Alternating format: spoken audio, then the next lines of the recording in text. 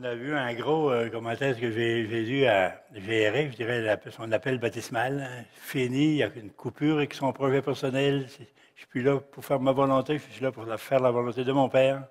Alors, il va se convertir, il va travailler dur, puis il va avoir des conversions qui sont très dures. D'abord, il va falloir qu'il apprenne à aimer les païens. Puis, pour les Juifs, les païens, là, un chien et un païen, là, c'est la même chose pour les Juifs.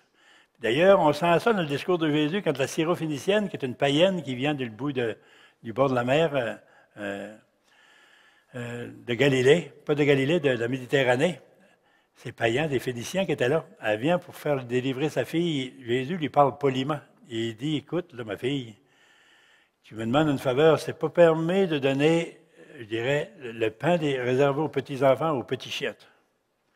C'est une façon pour de lui dire comment un juif voit un païen. Mais la syrophénicienne, le premier mot, Seigneur, écoute, tu veux parler de petits chiens, tu veux nous comparer à des petits chiens, mais je vais dire une chose, mon garçon. Les petits chiens dessous de la table, là, ils sont bien heureux de ramasser les graines qui échappent leur maître. Puis avec une graine de ton amour, ma fille sera délivrée. Et Jésus, il n'en revient pas. Il a dit, c'est impossible qu'une païenne ait une foi pareille. Puis une autre fois, c'est un centurion. Les Juifs n'allaient pas dans les maisons des païens, des Romains. Puis il y a un centurion qui dit, mon serviteur est malade, viens donc le guérir. Puis quand Jésus s'approche, le centurion vient le trouver et il dit, Seigneur, je ne veux pas te mettre à l'aise, je ne te demande pas de venir dans ma maison. Tu n'as pas besoin de venir à la maison. Tu as juste à vouloir, puis le demander dans ton cœur à ton Père, puis mon serviteur est guéri. Et Jésus, Jésus n'en revient pas. Il dit, c'est incroyable. En Israël, je n'ai pas trouvé de foi grande comme celle de ce païen-là. Alors, Jésus, tranquillement, se convertit. Puis à un moment donné aussi, il y avait des règlements qui étaient terriblement sévères. Comme les lépreux, pour les lépreux, là, la loi de Moïse était épouvantable. On disait, si jamais tu découvres sur toi une tache blanche qui ressemble à la lèpre, tu iras voir les prêtres qui étaient les connaisseurs du temps. S'ils confirment que c'est de la lèpre, ton chien est mort. C'est fini. On ne veut plus te voir dans la communauté. Tu sors de la ville. Plus que ça, tu vas t'habiller en guenille, puis échevelé, puis tu organises-toi pour mal paraître, parce qu'on veut savoir que tu es lépreux. Puis on ne veut plus rien savoir de la communauté, puis plus que ça, quand tu traverses un village, tu crieras, je suis un sale, je suis un pouilleux, je suis un lépreux, je suis un contaminé. Puis tassez-vous pour que je puisse passer. Tu le diras toi-même. Attends pas qu'on te le dise. C'est comme ça que la loi de Moïse traitait les lépreux. Allez voir dans les premiers livres de la Bible, c'était comme ça. Tant la lèpre terrorisait le peuple d'Israël, parce qu'ils ne connaissaient pas la façon de la guérir. Aujourd'hui, ça se guérit très bien. Ma sœur est spécialiste de ça en Haïti. Est responsable d'une léproserie, puis quand c'est pris à temps, il n'y a aucun problème. Puis elle-même n'a jamais attrapé la lèpre. Puis, parce qu'on a les remèdes, il y a une religieuse qui a trouvé les remèdes, comment guérir cette terrible maladie d'autrefois. Mais au temps de Jésus, c'était pas ça. Alors, Jésus va falloir qu'ils apprennent à aimer. Et puis, ils ont tellement besoin d'amour. Mettez-vous à la place de ces personnes-là. Combien ils avaient besoin, ils souffraient dans leur cœur. Toutes dépouillées ensemble, détestées, méprisées. Puis ensuite de ça, on disait, si tu es lépreux, c'est parce que tu as fait de quoi de mal. Parce que quand on n'a rien fait de mal, on n'est pas lépreux. On pense à ça.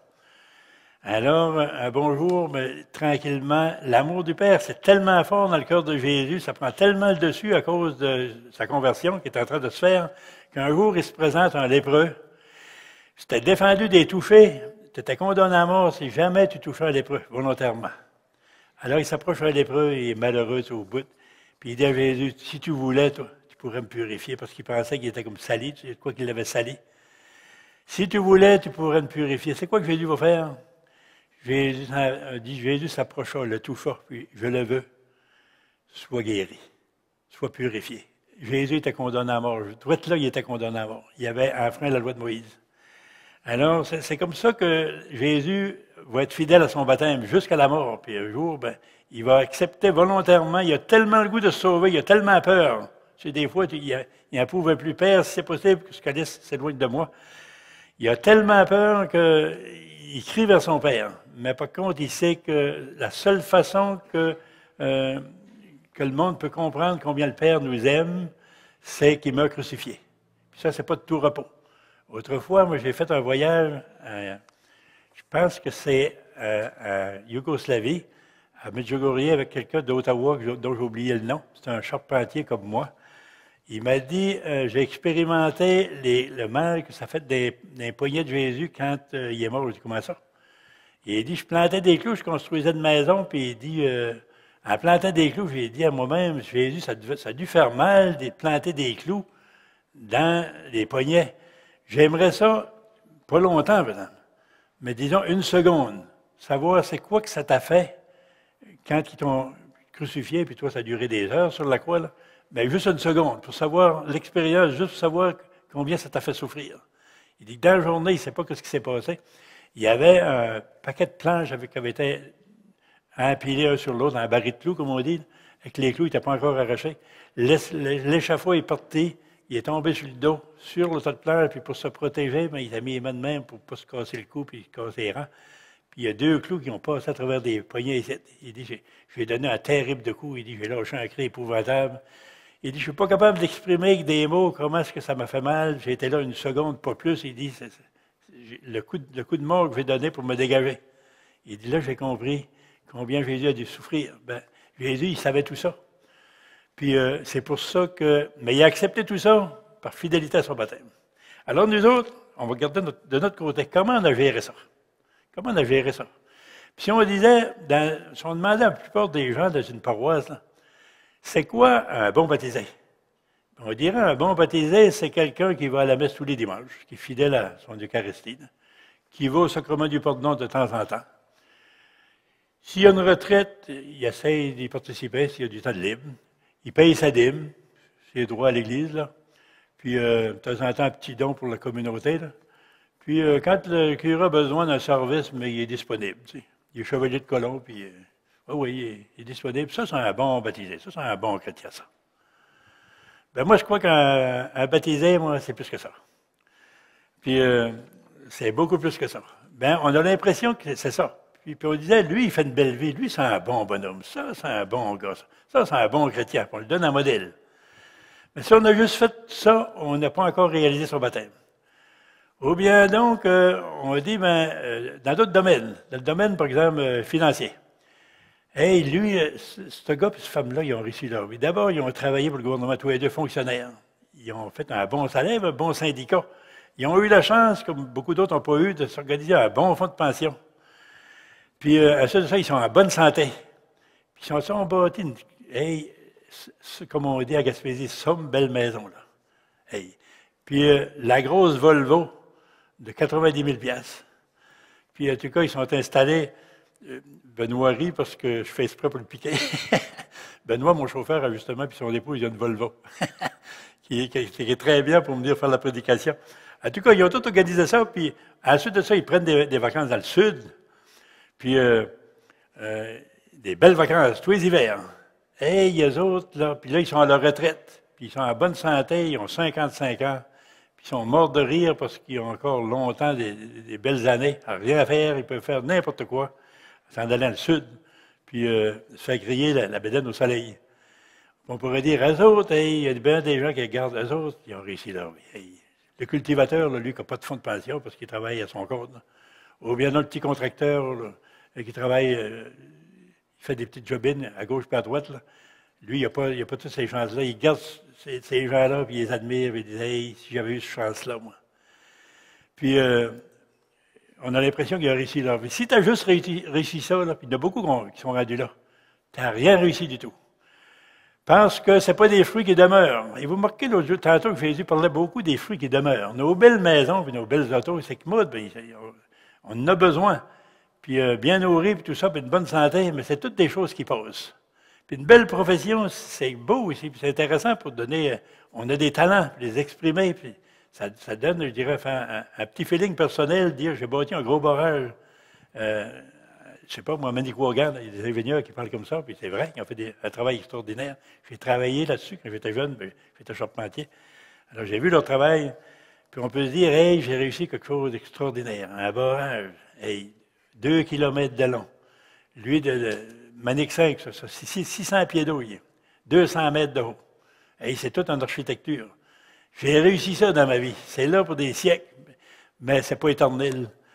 Un jour, ces barrages-là, il va falloir les refaire. ils vont disparaître, comme toutes je dirais, les grandes autoroutes à Montréal. C'est en train de s'effriter, là, pour vouloir reconstruire ça. C'était fait pour des siècles. Puis après 40 ans, c'est en train de tomber en décrépitude. C'est pas des choses, c'est pas des fruits qui demeurent. Aux États-Unis, il y a un sculpteur américain qui a sculpté dans une montagne rocheuse, la face de 5 présidents, le buste de 5 présidents. Et il a dit, moi j'ai fait l'œuvre, jamais le temps va venir à bout de ça. Laissez faire le temps. Vous allez voir avec l'érosion. À Gaspésie, nous autres, il reste des petites montagnes sur 400 000 pieds d'eau. C'est les plus grosses du Québec, après celle-là du Labrador. Mais il était bien plus grosses que les Rocheuses autrefois. La glace les a tout usés, l'érosion les a amenés quasiment à plat de couture. C'est pas des œuvres éternelles. La seule chose qui est éternelle, c'est les enfants du Père. Saint Paul nous dit, tout ce qui va rester à l'amour, à la fin, là, c'est l'amour. L'espérance, là, puis la foi, ça va disparaître parce qu'on n'aura plus besoin de croire, on va être en face de la réalité. L'espérance, on va être comblé. Il va rester l'amour éternel, puis tous les enfants qu'on aura rassemblés. Si on n'a pas rassemblé d'enfants, on a manqué sa vie, même si on avait réussi toutes les choses que je viens de vous mentionner. Une fois, moi, je travaillais dans une polyvalente, puis on n'est pas toujours sensible à notre baptême. Je travaillais dans une polyvalente, j'étais aumônier, là, ben j'enseignais. J'étais aumônier, mais j'enseignais à part de ça, la catéchèse. Puis, il y a toutes sortes de professeurs. Puis, au moment de repos, durant le milieu de l'avant-midi ou de l'après-midi, il y a tout le temps un arrêt, après 2 cours, là, on arrête, puis on prend un break, comme on appelle. Savez-vous de quoi on parlait, tous les professeurs ensemble, la plupart de nous autres? On parlait on parlait de notre retraite. Si on peut arriver à notre retraite avec ce que le syndicat nous a organisé, le fonds de pension qu'on a là, hey, on va être gros dur. On va-t-il en faire des voyages? On va-t-il s'en payer des motoneiges, puis des chalets, puis des gros bateaux pour aller sur la mer, puis des voyages en Floride? Et on était en train de former la jeunesse, puis notre rêve, on rêvait, on avait 30 ans. On rêvait à notre retraite. On paraissait bien en dehors, on était de bonne humeur. On était mort en dedans.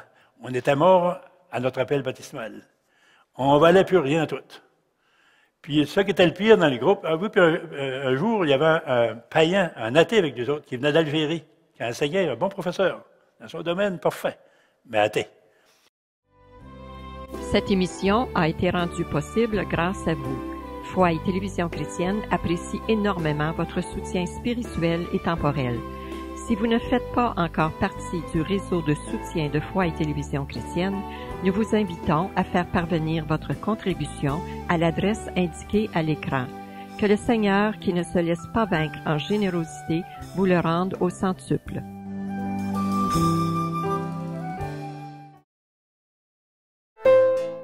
Ma grâce te suffit, je mets ma puissance dans ta faiblesse. Dans cette nouvelle série, l'abbé François Kibwenge explique la signification du mot « grâce ». Nous avons souvent tendance à regarder notre faiblesse, mais Dieu nous regarde différemment.